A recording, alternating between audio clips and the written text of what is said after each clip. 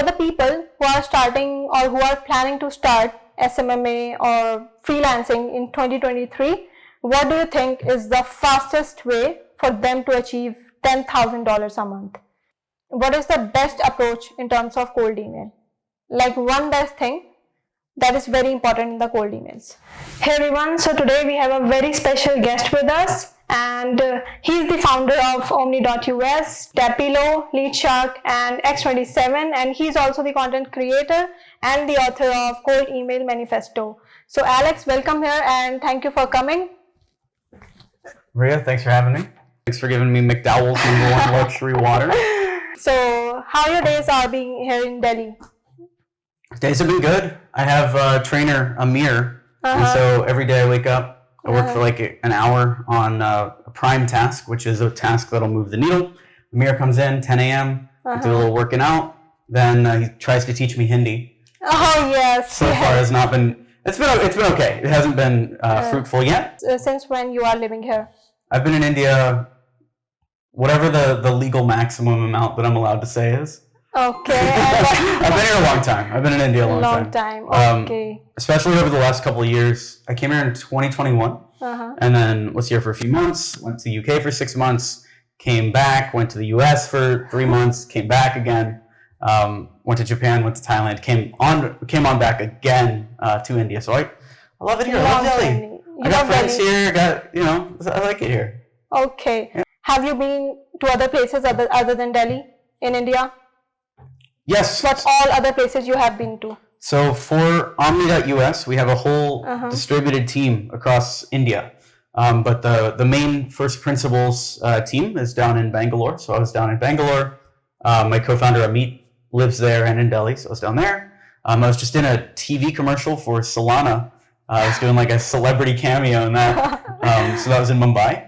And then I went down to Kerala, saw Isha, which is Sadhguru's giant statue and ashram thing. I've been seeing India. Yes. Went to Rishikesh, I've been seeing a lot of India. Okay, I think that you love India. I do. So you're going to miss it when you go back. I'm not going to leave. You're not going to leave? I'm negotiating right now. We're trying to figure out the visa thing. Because in theory, I would stay in India if I could. Okay. I like it. That's why I'm learning Hindi. Yeah, you can. You can. Well, the problem is we just sold a company. And if I stay too many days, they're going to tax me on all the earnings unless we can figure out exactly what to do. Okay. So that's the main reason I'm going to have to leave soon. So what all are you doing here? Like other than traveling and stuff, what is your main purpose to be in India? I came out here in 2021 because me and my friend Dennis were in Las Vegas and we were looking for a place to work out. So we go in this location in the Excalibur Hotel and we start working out for a bit. Security walks up. And they say, sirs, you're not allowed to be in this restricted area. So we thought, okay, that's okay. They're going to let us go. Like, we're just going to go. But they said, no, you had to come down to the security thing. And basically, if you go in a restricted area in Las Vegas, they ban you for a year from almost every hotel in Las Vegas. Now, I love Las Vegas. I was living there for a long time. My favorite thing to do is walk around the hotels. So my favorite city on earth, I was banned from doing my favorite thing.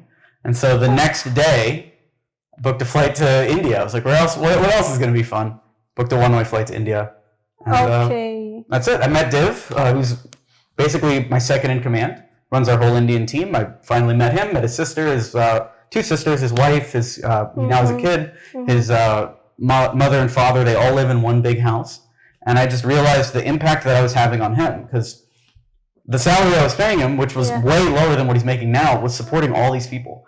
And so I'm like, all right, it really humanized the whole situation for me. Because before that point, I thought that I was much more in like the virtual assistant game. Yes. Like you read the 4-Hour Work Week or whatever, you think you hire virtual assistants from overseas, like you don't really think about them that much. They do the labor, that sort of stuff. But then I came out here, I saw Faridabad, I hung out with all these guys, and I'm like, first of all, these are real humans with real lives, one, which isn't always obvious. You're hiring over Upwork or whatever. But two, there's so much opportunity here. Because in Delhi and in India mostly, a doctor even is only making like $1,200 a month. Yes. So to give somebody on our team, $1,000 to do marketing tasks, or like Div is on track to make 6 figures USD a year, like 8,000 a month. So to give somebody that kind of opportunity has so much more impact in India. And so if I could do that and I could see the impact because I'm here, it's just very fulfilling. And then now I'm like, on Tinder or whatever, I'm dating girls here too. So I like that part of it too. But that was just unlocked in the last couple of months. Before that point, it was all business. Okay, yeah, I have seen that, like you are doing great work, and because of you, many people in India are doing sort of freelancing, and they are earning very, very good amount, even higher than the doctors and engineers and everybody out there. Because as you said that in India, $1,200 is a very basic salary.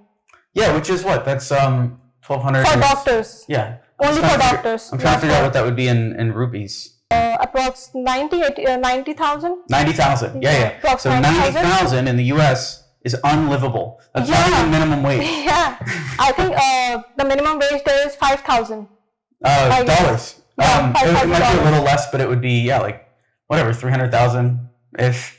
Just to live. So when you think about so when an Indian freelancer, or really anyone from any country that's not the US who doesn't understand the disparity, when you come in, you pitch your social media services for whatever 30,000 rupees a month to an American, just realize they're paying their janitor more than that. They're paying their cleaning person more than that. They're probably paying more than that just for their internet. I know at my apartment in Las Vegas, it was $150 a month for internet, and that's a little bit less than what we pay Amir, that full-time personal trainer here. So it's just, once you see that, you have the confidence to ask for more. And it goes all the way up, because all skills pay all amounts. You could do, for instance, Twitter ghostwriting for, 20,000 rupees a month, or you could be like our ghostwriter, who makes, 100,000 US plus $500,000 in equity in Omni. You can do whatever for the exact same work. So that's the main thing that I've been trying to pound into everyone's head, because it's useful for Americans, but the amount that you in India can go up just by realizing it is a lot more than even an American could go up. Yes, exactly. When I just started this in lockdown, and even I was hesitant to ask for $500. That's $500. I thought that it's a lot more, because here not even the average salary is 50,000. It's, I guess, 25 to 30,000, the average salary in India of a normal employee. Right. And I was hesitant to ask $500.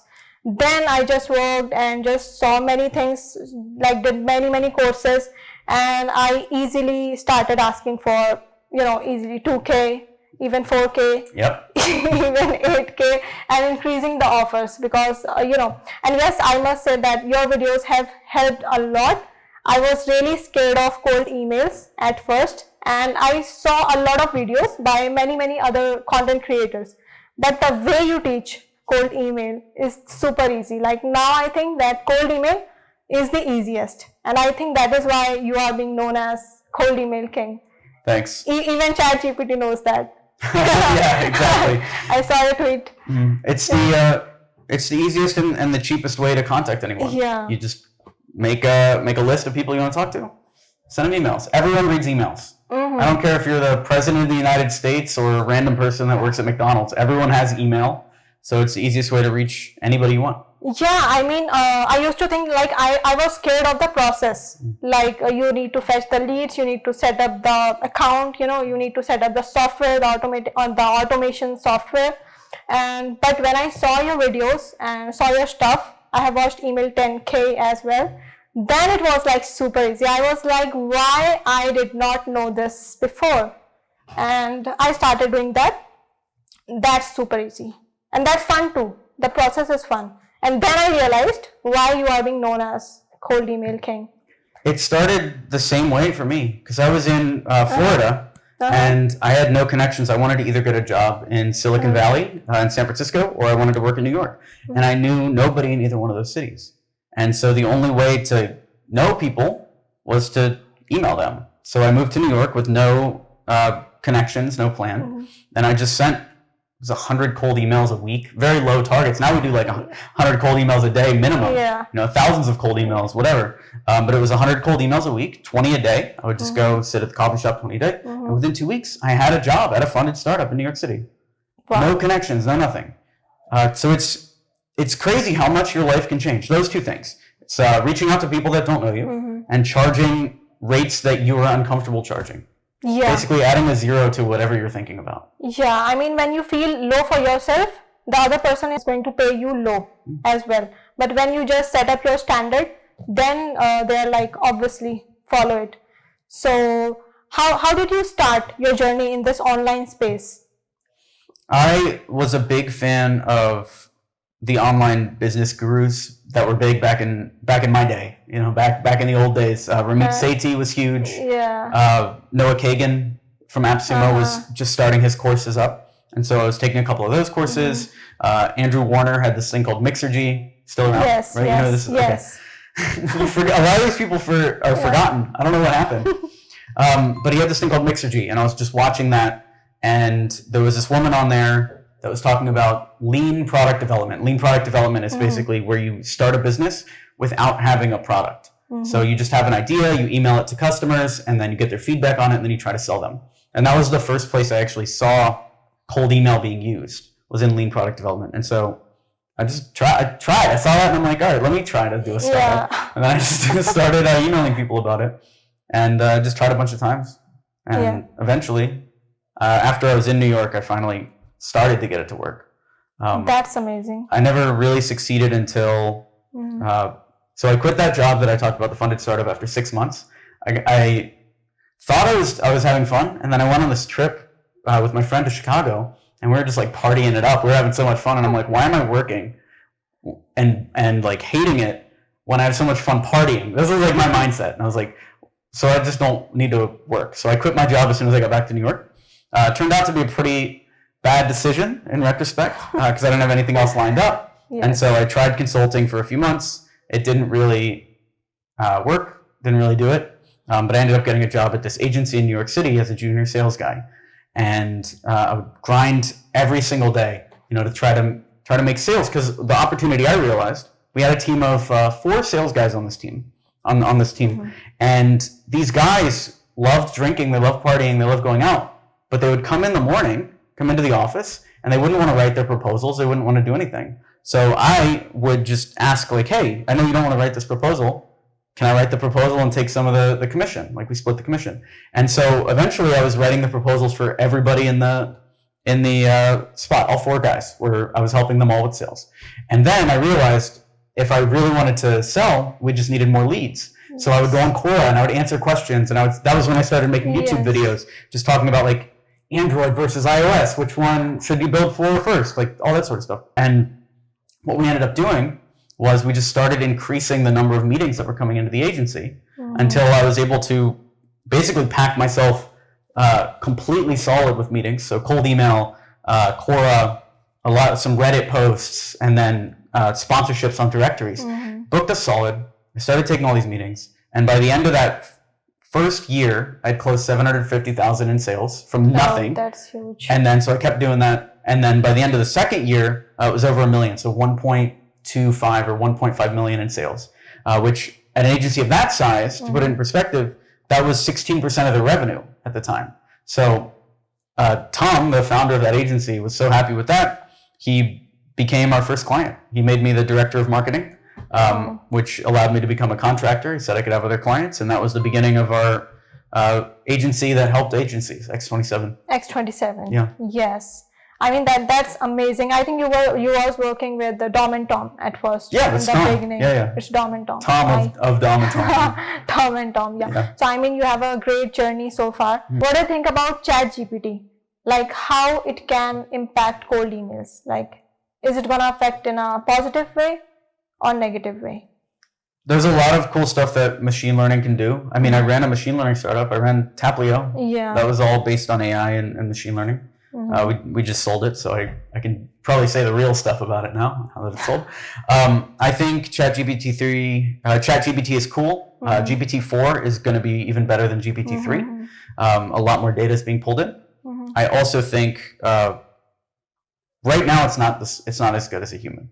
Okay. It all depends on the inputs. So if you want a good input from GPT-3, you can't say like, list 5 marketing tactics, and then it'll list 5. You have to instead say, write a tweet about a time that I used to do marketing and then I failed, and now this tactic saved my life. And then it'll actually write a whole story for you. So that's the way I use GPT-3. I'll like feed it a sentence or two of a story. What I fed it the other day, I was like, I was sitting on a street corner and I saw a homeless man begging and he made $0. And then I looked over and I saw a guy selling watches and he made $40,000. So it's not about the location that you're in, it's about the offer. So I said that to GPT and I was like, write a whole story about that. And then it wrote like this crazy essay that told the whole tale of like the watch salesman and the bum. So that's the way I like using GPT. For cold email specifically, it's not the best. When I was training Taplio's machine learning to write what I still think are the best cold email first lines in the business, I limited everything to 7 words. Because when you look at quick lines or you look at some of these other cold email tools that write first lines, they don't understand what goes into a good compliment. So as long as the people training the tools don't understand the concepts, it's never going to be good. Yes. I think you also integrated AI in your other startup, like Omni.us. It has AI integration. Omni has a little bit of AI. A lot of it now is rule-based as well. So, for instance, our warm-up tool, warm-up basically allows your cold emails to not be marked as spam and to get in the primary inbox. But when we were mapping out the warm-up flows, this is going to be unbelievably nerdy. So when we were mapping out the warm-up flows, we basically made each warm-up email that goes out has variations of each word that goes out. So instead of saying like, hi Maria, it would say like, hi Maria, hello there, hey there. And all of that's done via randomization. So let's say we had 30 scripts that are back and forth, and each one of those 30 scripts have 60 randomization points. So there's millions of randomized variables that go on. So there's that, and then the AI will basically, or the rule-based learning will basically make it so it knows how many cold emails to send. So like, if you send 10 warm-up emails and none of them get marked as spam, then it can continue sending 10. But if it sends 10 and like 3 of them get marked as spam, then the next day it'll send 50, to try to overpower the system. And then when it's in primary, it'll ramp it down again. So this is smart warm-up. No other tool actually does it like that. And that so is I very really love smart. that. Yeah. So do you think that ChatGPT will replace Google in future? Do you think like that? Like there's a lot of news coming out like this. Google's worried about it. The problem that I have with ChatGPT is you can't trust any of the answers. So you ask them like, what's the most populous country on earth? And maybe it'll say India, maybe it'll say China, maybe it'll say like Cleveland, Ohio, like some random stuff, and you don't know until you Google it. You're going to go to Google and you're going to check the facts. So until they have that figured out, it's not going to replace anything. Hopefully they get it figured out. I wish it was up to date, but even if you do something simple like, list 10 available domain names that sound like acquire.com. It'll list 10 domain names, sure. Are they going to be available? No. Yes. They might even be taken. Like last time I did this, it was like yelp.com, google.com, linkedin.com. It was just not relevant data. So, I mean, there's a lot of room to grow. Even I tried this and I just named my other company by this ChatGPT, by searching on ChatGPT. What I did was that, give me these sort of names which are not registered on domains. And it gave exactly like that list. And when I just checked on Google domains, is it registered or not? It was not registered.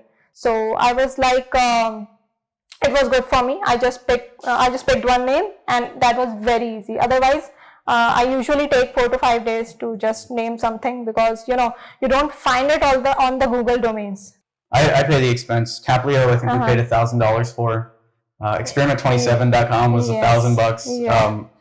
Omni.us, I don't even know if I should say this. The investors are going to get mad, but that was $5,000 for Omni.us. So I really don't care. I think the business name and the domain is so important. You write it more than anything else.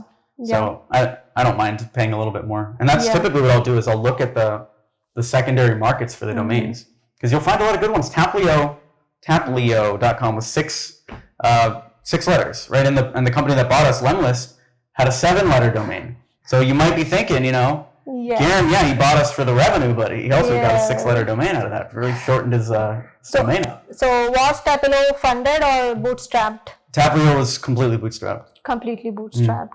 That's amazing. So have you got... Should have been funded. Yeah. It would have grown faster. It will grow faster at Lemlist now. Yeah. So have you taken funding for any of your startups, or all are bootstrapped? Omni.us is currently fundraising. We did testing the waters on WeFunder. We raised $56,000 in like a couple weeks.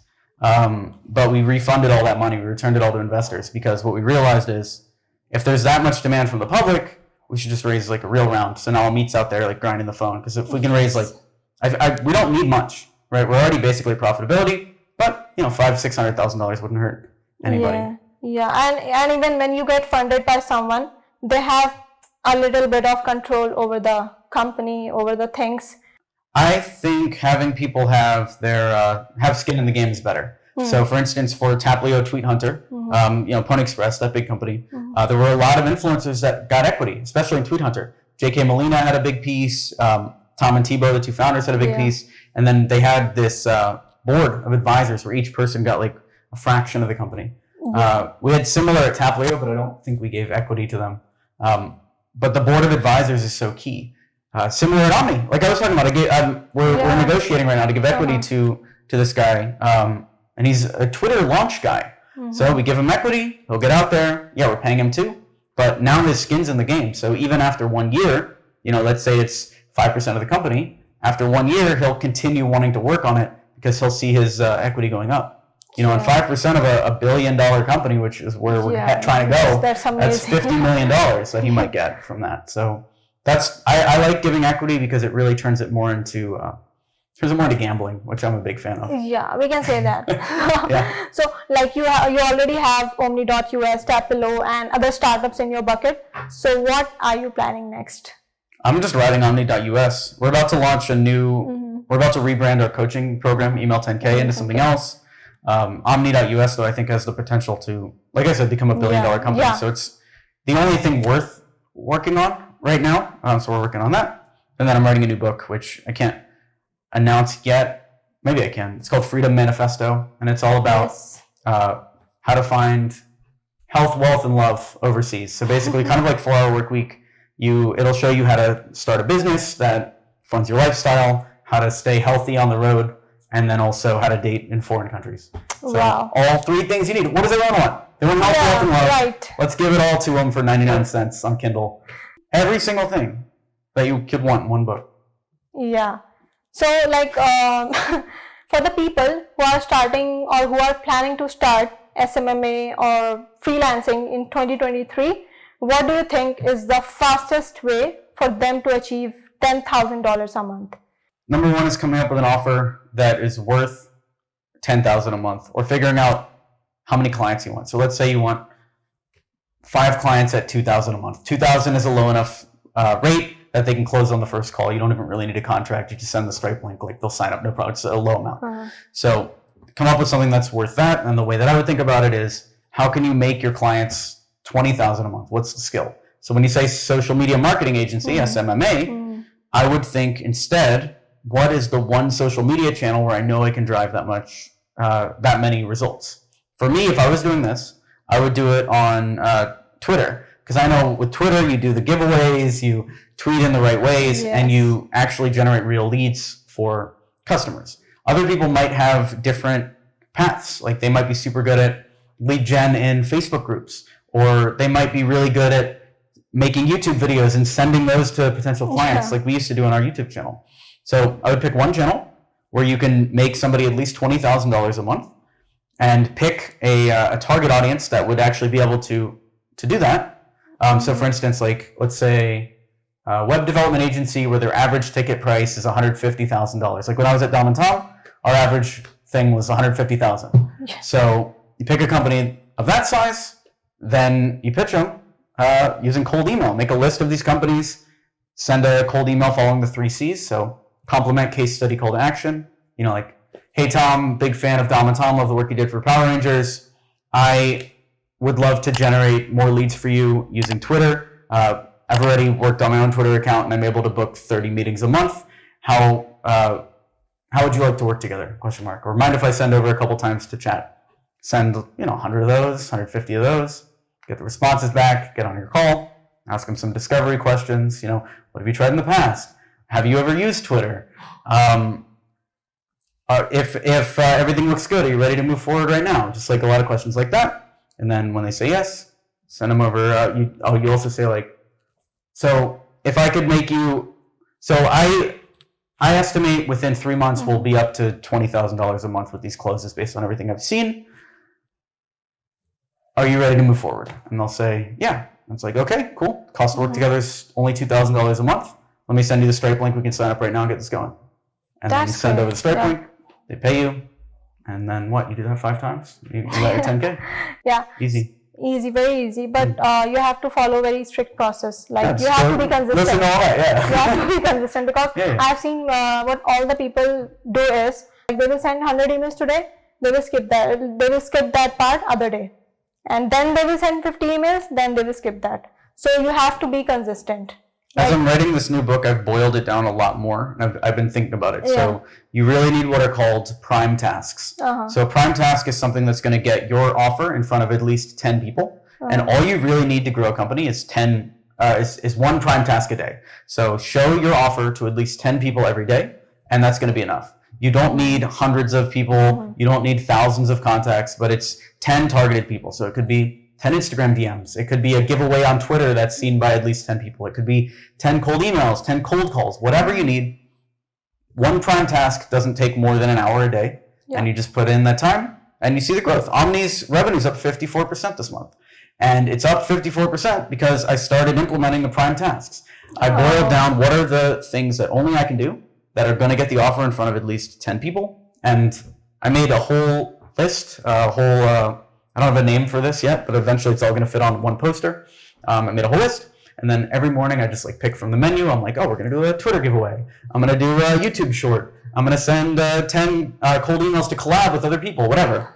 And so I pick one of those. You do 1 prime task a day, and that's all you need. That's great.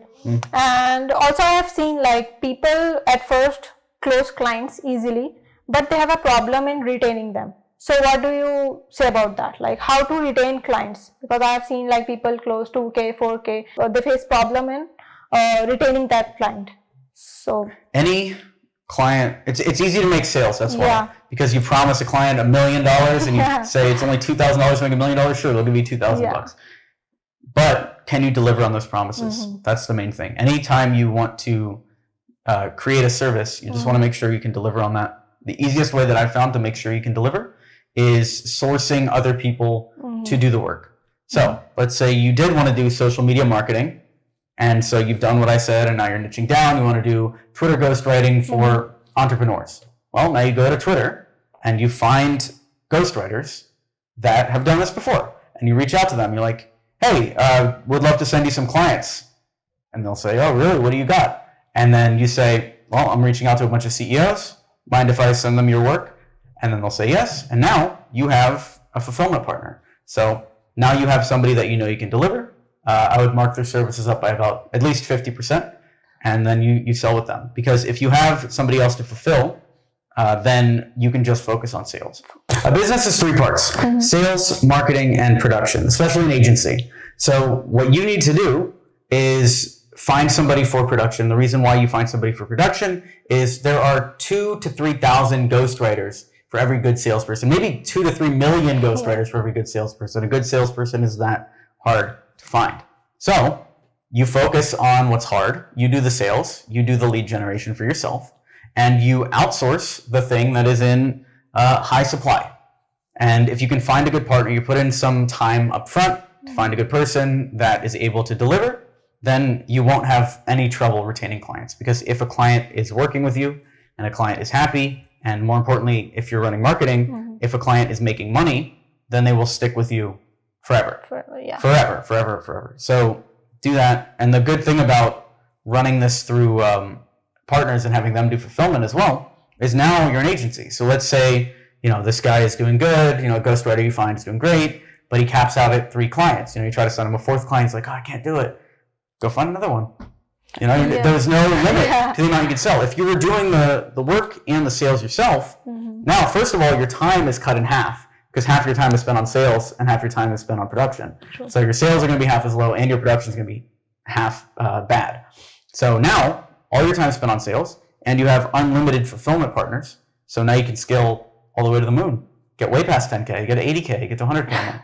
When I did this mistake, what I did was that I used to do it myself. I used to do the fulfillment part myself, and that became a headache, a very big headache. Then I just partnered up with someone to just do all this stuff. Then it was fine, because as you said, that sales part is the toughest part in the agency, in running an agency. So if you can outsource the fulfillment part, that is perfect. That's exactly right. And you can't get lazy. A lot of people think they can outsource the lead gen or they can outsource the sales. Yeah. But the mistake they make is, if you want to find a really good salesperson, you need to either have great production, like be a world-renowned artist that's already getting so much inbound they don't know what to do with, or you need to pay a lot to find somebody and bring them onto your team. And if you're just starting, you don't have that reputation and you don't have that money. So you're going to have to sell. That's it. And then find somebody else to do the fulfillment. Yeah. So according to you, which is the best platform to hire freelancers or fulfillment partners in your experience? Doing direct outreach on Twitter is the best. So you can just go to the Twitter search and type in your keywords. So type in ghostwriter and it'll pull up a bunch of ghostwriters. There's also other tools like Contact Bird, I think it's called. Contact Bird, which is basically a Twitter CRM where you can type in your keywords and it'll do a scrape to find Twitter profiles that have a certain keyword in them. And the reason why you do that is these guys are out there, they're trying to market themselves, and you can basically go by how big their profile is to figure out how much you should pay them, right? So let's say you are going for a ghostwriter, you find one that's decent quality, maybe they have 6,000 followers on Twitter, they're not going to charge as much as a ghostwriter that has 100,000 followers. Like my current ghostwriter on Twitter has 130,000 followers, okay? You're not going to be able to recruit him without paying a huge fee. But the ghostwriters with 6,000 followers or 5,000 followers I wouldn't say they're just as good, right? Because if they were just as good, they'd also have 130,000 followers, but they are at the beginning of their career and they're better than the guys with 400 followers. So I would just do it like that. And pay based on that. Yeah, that's great. I mean, and what is the best outreach method that you would recommend in 2023? Is it emails or cold calling or what else? I would take an omni-channel approach.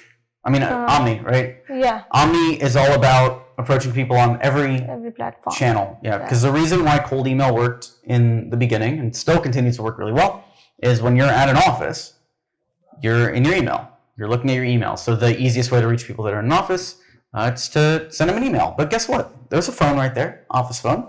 Call that phone, there's a chance they're going to pick up. Their next tab open is LinkedIn or Twitter. So you send them a LinkedIn message, they might see that. You send them a Twitter message, you might see that. You send them a little letter to the office. Guess what? The secretary is going to run up and bring it right to them. And they're going to open that, they're going to see that. So anything you can do. Send them a little gift, Send them a lot of people will send like a PayPal of $50 or $1, and then that'll show as a notification. So it's Omni. It's however you can, you'll focus. But if you were ranking them, it just comes down to your target audience. So what did I say originally? I was saying cold email works because they're reading their emails in the office. But that's only a very specific type of person. Like agencies, love that. Corporate office workers, so anyone in like a Fortune 500 company or a startup, all of them use emails. But you're trying to sell to like buyers at a grocery store, you're most likely to find them actually at a conference. They'll go to conferences for new goods. So will cold email work for them? Maybe, but to work better is going to a conference. Same with doctors at a doctor's office. Will cold email work when these doctors aren't opening their email? What I found is the best way to reach doctors is actually walk-ins, because they're used to buying from pharmaceutical companies that come and sell them pills already. So you meet the customers where they are, and that will influence the marketing channel that works best. That's the smart approach. When you started your journey, in this online space, was it hard? Was it easy? Or how was it? I just did it, you know? You just did it. Yeah, it's made it happen. Of course, everything's hard. Okay. Selling a company for less than it's worth, that's the hard thing. Yes, that's hard. That's the most disappointed I've been at, that the largest amount of money is like, yes, you know, whatever. That's hard, but it's all emotional. Hard or easy just takes place in your brain. So you can really just pick your story. You know, you can think, you can sit down, you can think, I'm going to send 100 cold emails today and it's going to suck, but I'm going to go do it. Or you could say, I'm going to send 100 cold emails today because each email, based on my math, is worth $100. So let me sit down and make $100 per email. So it really is just the framing that you approach it under. Yeah, right. So how many hours did you put in the beginning of your career at work? I was working all hours of the day. At the first startup in New York, I came in at 7 a.m. I would leave at 9:30 p.m. Sometimes I'd watch a movie after, go to the movie theater, then come right back in at 7. At Dom and Tom, I was in the office, especially when I was starting X27. I was in the office again at 7. I would work on X27 from 7 to 9. Then I would do Dom and Tom from 9 to usually late into the night, like 8 p.m. And then I would follow up on emails from like 8 to 10 and do calls and stuff, and then work on the weekends, go to people's offices, do all that. Now I don't work too much. Now I do my one prime task a day. I work for about an hour a day. Like you have already done the hardest part.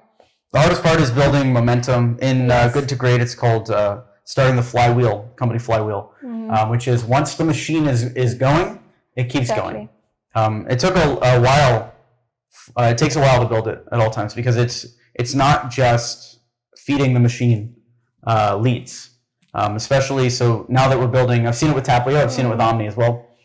When we launched Omni in beta, we would feed, let's say I closed 200 trials. I got 200 credit cards, and then almost all of them would churn. They would cancel, right? First month. So we're like, oh, okay, we gotta add more features, so we gotta figure this out.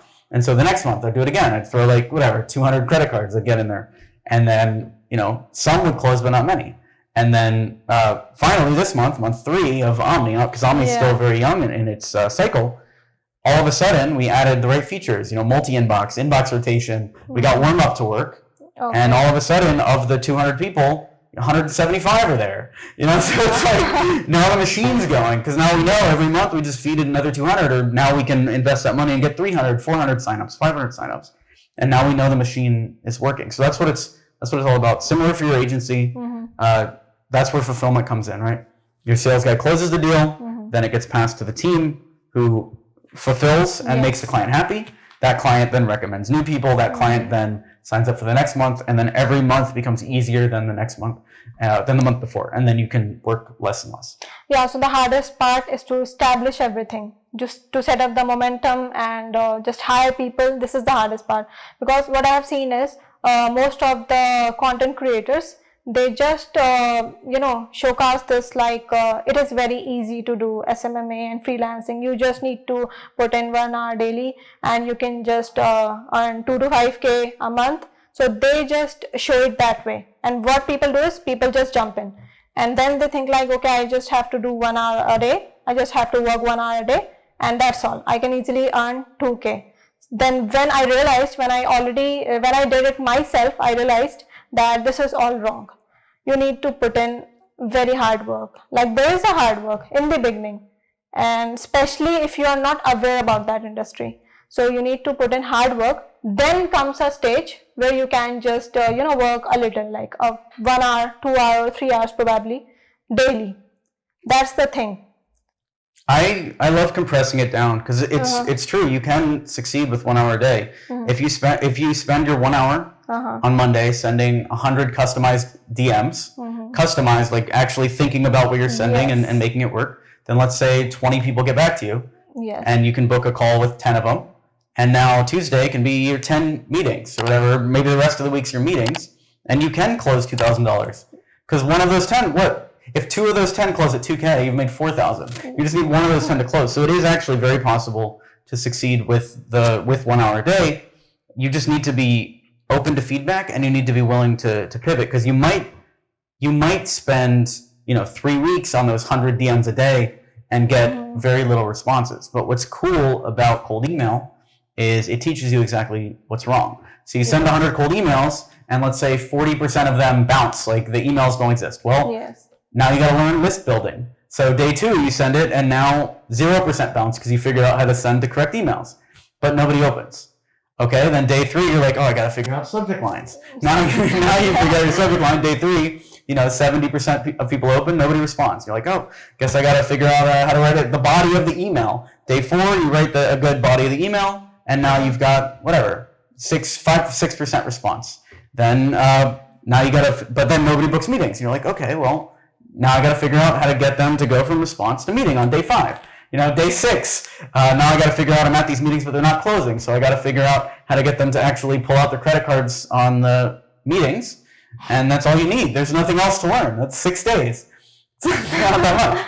Yeah, but most of the people are, lazy about customization. They don't customize. And this is the reason I think they don't get to close clients very soon. Because I think they are lazy doing the customization. And people who do customization just have the edge over them. It all comes down to data. So the reason why I started customizing and writing the first lines, we created the concept of the custom first line in the email. The reason why we started doing that was because it was based on the email scripts that we would send to agencies. So when I first started doing cold email for X27, I would sit down and I would look at the agency's website and I would write this fully custom email. I'd be like, hey, Mark, really love your office, came across your website, love that. It's a great view of the beach. Huge fan of the work you did for XYZ company. I do lead generation for these guys, would love to do the same for you, whatever, to write the email. And then what I realized after sending 20 of these and spending 30 minutes on each email is 80% of the email is exactly the same every time. The only thing that's different is that first sentence. So that's all you really need in order to separate yourself. Most of the people write very lengthy emails. I think that's a wrong approach. And you also explained that you need to be very short and straight when you are writing emails. Yeah, think about a busy person. So I was doing this before, but when I was doing producing in Hollywood, I was talking to all these movie producers, and this guy was telling me about how cold emails are sent at the highest level. Brad Pitt. Okay, so somebody wants Brad Pitt. You know Brad Pitt? Yeah. Okay, somebody wants Brad Pitt to be in their movie. Yeah. What do you think the cold email is going to look like to get Brad Pitt in the movie? Is it going to be like, hello, sir, I'm a big fan of your directing work, blah, blah, blah. No, it'd be like, new role for Brad, call me, number. That's the email. That's a cold email to somebody that you never knew. Yeah. And so if that's what's working with these multi-million-dollar deals, how much is Brad Pitt getting paid for a movie? $30 million? So a $30 million deal was just lead generated off of a 7-word email. There's no reason you need more than 7 words or more than 2 sentences or 5 sentences to close a $2,000 deal. It doesn't make any sense. Yeah, nobody reads long emails. Even I don't read. I don't even open the emails which look spammy or which doesn't have a good subject line. And also do not read the long, very lengthy emails. What is the best approach in terms of cold email? One best thing that is very important in the cold emails. The number one thing is selling something people want to people that can afford to buy it. That's the number one thing. You can mess with copy all day, you can do whatever all day, but if you aren't selling to people that can afford to buy you and selling something people want, you're gonna have issues. So like I said before, contacting the bigger companies, I call them the golden geese, contacting companies that have at least $5 million in revenue and selling them something that they need. And all companies need stuff. If you're at $5 million in revenue, you're spending on all sorts of stuff, office space, you've got interns doing all sorts of things, you have social media, you have ad spend, you have all sorts of things. Secretary might be making $5,000 a month. So if you target a company that's big enough, then you sell something people want. That's all you really need. Okay, yeah. There's nothing else you need. You could go and send the most typo-filled email, but have an offer people want, and people would still respond. Let's say you're talking to it's an India-themed example. Okay, you're an American, you're going to the ashram to listen to the guru, and the guru barely speaks English, right? But he's got the secret to your life. You're going to sit there and you're going to pay close attention and listen to this pitch, to this speech. regardless of how bad the English is, regardless of how thick the accent is. And it's the exact same in your sales. If you have something that your clients need, they'll put up with typos. They'll put up with most things. So at its core, you just need to sell something people need to people that can afford to pay you. Like I have seen that you are just operating multiple businesses, and so how is it like to manage multiple businesses together? Like, how do you manage all that? I have a really great team. Robert is my operations guy at X27. He also deals with the product at Omni. Amit does the tech and the fundraising for Omni. Dev runs our entire content team, makes sure all the details are in line. So I have a really good team. What I basically have to do is just be the visionary. So I spend, I said I spend an hour a day working, which helps drive the revenue up. But what I really spend the rest of my time doing is thinking and innovating. No one else on the team is going to write a book. No one else on the team is going to do the things that are going to take our company to the next level. They're maintainers, right? You set a path, or they set a path for themselves, and then they'll follow and they'll execute on that path. But what my job is to check in with them, hold them to a high standard, and continue to move the ball forward, to move the business forward. Well, I understand the number one thing that a business needs is more sales. Yes. So if I can go out there and I can generate leads by tweeting or generate leads by filming YouTube videos or writing a book, then that's the best use of my time, because everything else, like I said, can be figured out. Sales is the one thing that is very hard to outsource. So I would actually say marketing and lead gen is the hardest thing. Sales, you can find a sales guy to close. If you have 40 meetings coming in a week, you can find somebody to close those deals. Production, you can find somebody to fulfill. You can find somebody to build the software. But actual lead generation, to get those 40 meetings on the calendar, to get those 200 trial signups, to get those 2,000 free trial signups a day, or whatever you're looking for, that's what I focus on. Those big things that are going to move the lever. And now, it used to be just me doing it. Now to do that, it really has become team members. Because do I know how to get 2,000 trial signups for Omni a day? No. But does the ghostwriter that I hire on Twitter know how to get 200 a day? Sure. Does the guy that we hire to do high leverage YouTube know how to get 200 a day? Sure. Facebook guy, 1,000 a day, whatever. So you combine these multiple roles, and then I'll just oversee them, or really, most likely we'll get Robert, because he's a good operator, to manage those guys. And then it's running itself. So a business is just a sum of all these people working together. And hiring the right people as well. Yeah. How content creation has helped you in getting leads? How content has helped you? Content's our number one source of leads. We send cold emails, we're doing good there, but without the content, there's very little to fall back on. Because let's say you get an email from random person about cold email on their tool, or you get a cold email from Alex Berman on his tool, right? You might not know either of these people, but if you put in Jeff Sanderson into Google, you'll get nothing. And then you put Alex Berman into Google, you get everything we've done. So which one of those two are you more likely to book a meeting with and buy from? Alex. Exactly. So all the content that we make feeds into that machine. So that's why I say content is our number one driver of everything we do. It's more like of the credibility, more of like credibility, so that people you are sending emails to already know you when they search for you. It's credibility, but it also makes direct sales. We get direct sales on Omni. I don't talk to customers for Omni. Ankit does our customer support. All I do is just talk about Omni, and then they sign up. So it's not just lead generation, it's not just meetings booking, but it's actual revenue. Same with email 10K. Like people are buying our, whatever our coaching costs right now, people are buying that. I think it has also helped in email 10K as well, a lot, because a lot of freelancers have joined that. So what is coming next in email 10K?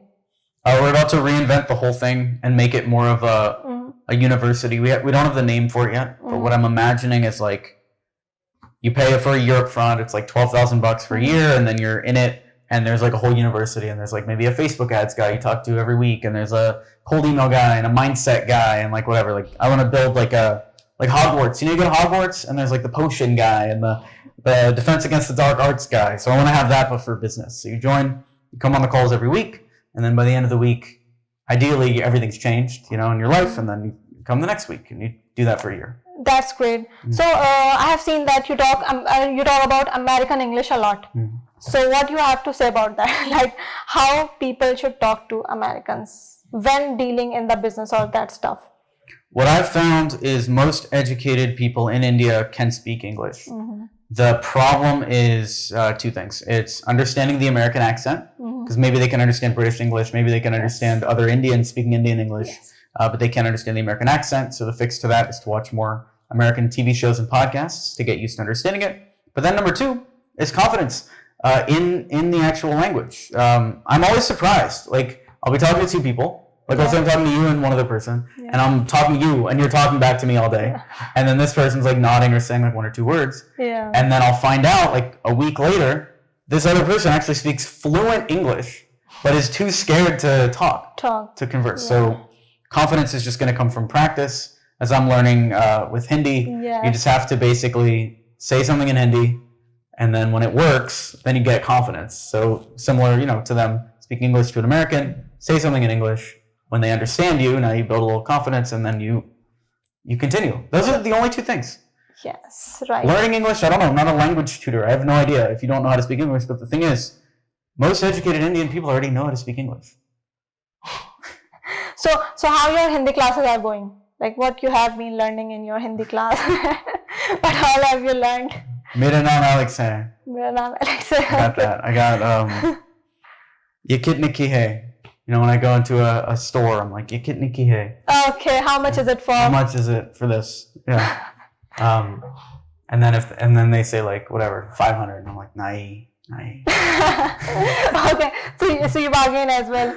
I'm learning bargaining. Yeah, okay. That's the main thing I was learning. I'm doing it based on situation. So I have the bargaining, and then I have restaurants. Like I'll go, what do I go into a restaurant? I'll say like, Aribaya. And then they come over, menu mil sakta hai. Yeah. And they'll bring the menu. I'll say, egg butter chicken. I'll bring it out. Say, when I'm done, bill mil sakta hai.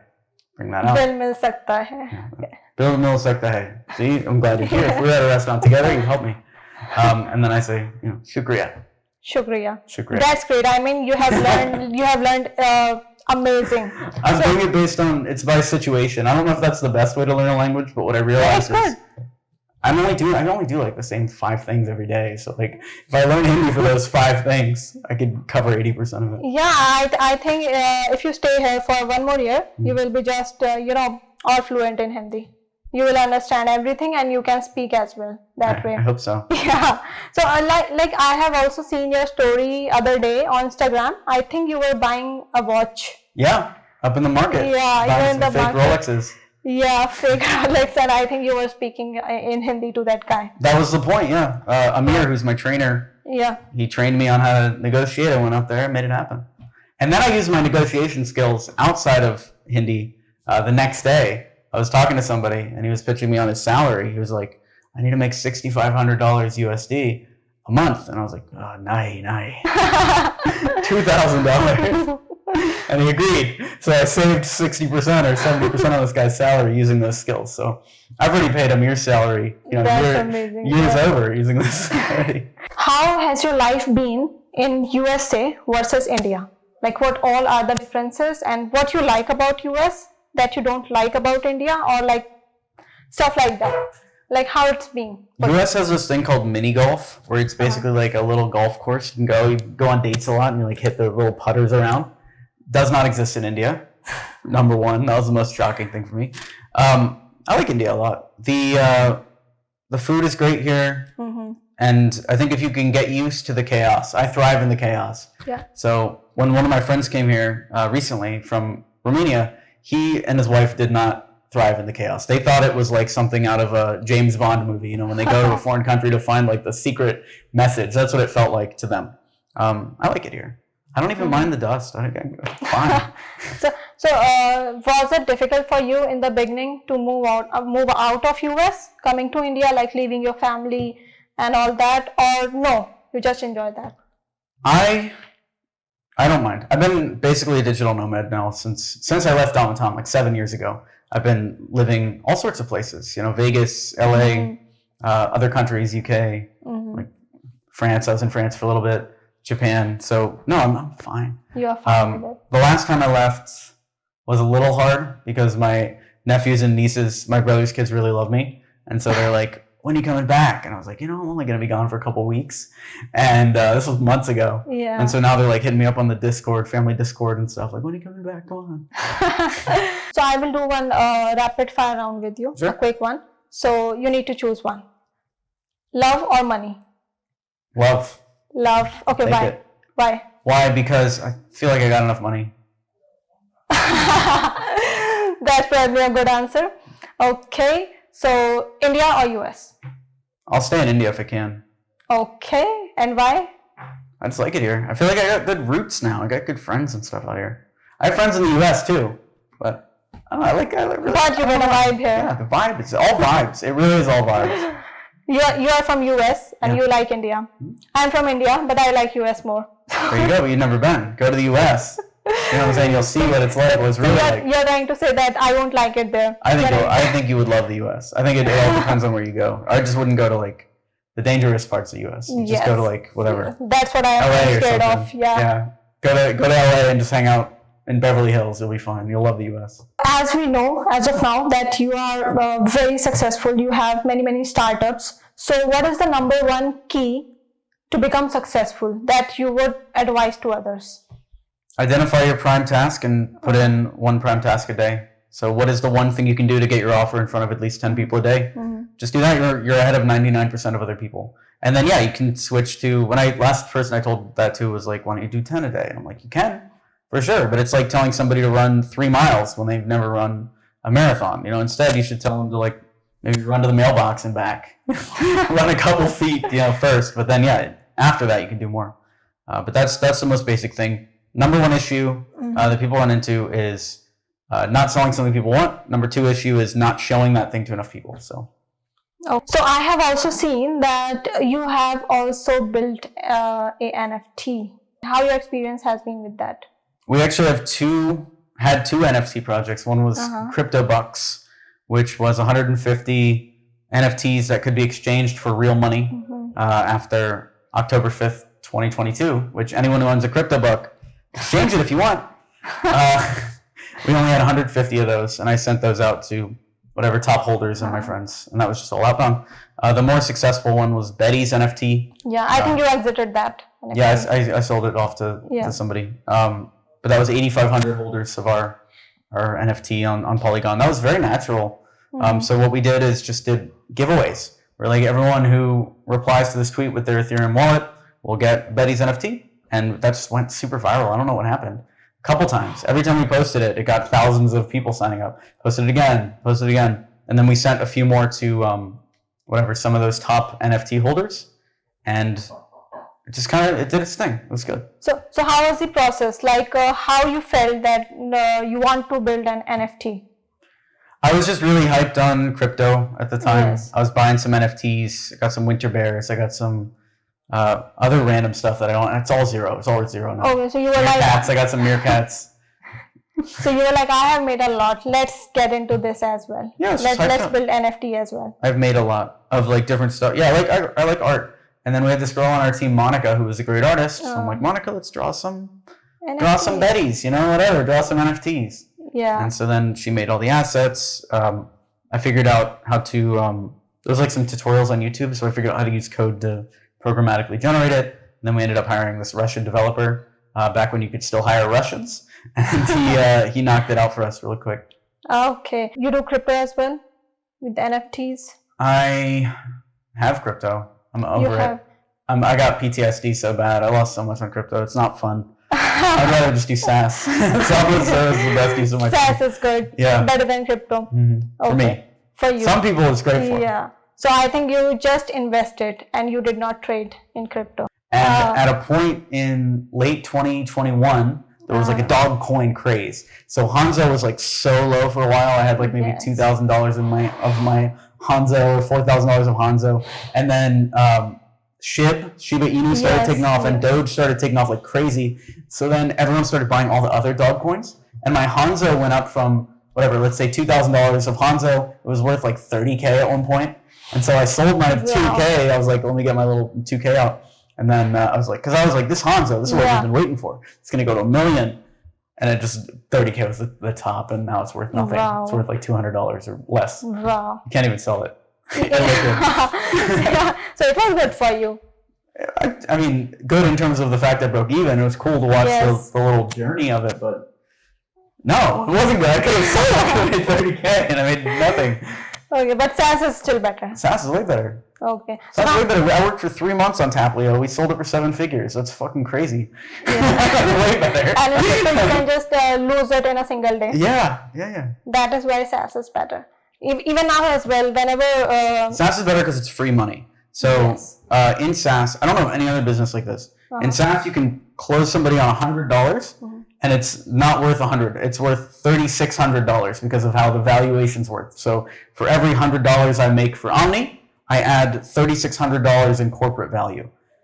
At an agency, if I close $100, it's worth $100. Yes. So I like multipliers. I'm a big fan of that. Okay, so where your development team was based? Was it in US or India? Like you got your software made in India? In Bangalore. Yeah. In Bangalore. Okay, that is why you were in Bangalore, I think. Yeah, First Principles is the team that did the development. They have they're a developing investing company. So they're like a venture studio, but instead of putting money in, they put development in. So Amit, who runs that with a couple other guys, they've got about $5 million a year worth of SaaS products in terms of revenue. And then Omni was like one of the ones that, like me and him were playing golf, we were just getting hyped up, and then we're like, let's do cold email. So this is like their next one. So is it way cheaper in India to just develop all these stuff as compared to USA? Yes. No, it costs about the same. You want me to say it's cheaper because it is cheaper cost-wise, but the problem is you hire 10 developers in India. I feel like in my gut, you could hire one developer in America or one developer in the UK or something and have them build the whole thing in a weekend. But I don't know. Maybe I don't know development enough. But I just don't know why development takes so long and costs so much. And it doesn't matter. Like Robert, my co-founder, has Romanian devs, and it's the same. You know, LeadShark cost us $80K to build. Omni cost us probably $50, $60K to build. So it's like, so yeah, maybe it's a little cheaper, but it's always that amount. You know, like is $60K a big difference from $80K? No, they're both huge amounts of money. Yeah. So as you said that you are not into development at all, right? So how difficult it was for you to develop all these Taplio and Omni.us, all these stuff? So on Taplio, Thibaut is a master developer, one of my co-founders. So he did it all. I didn't have to. He managed that stuff. Yeah, he did the whole thing.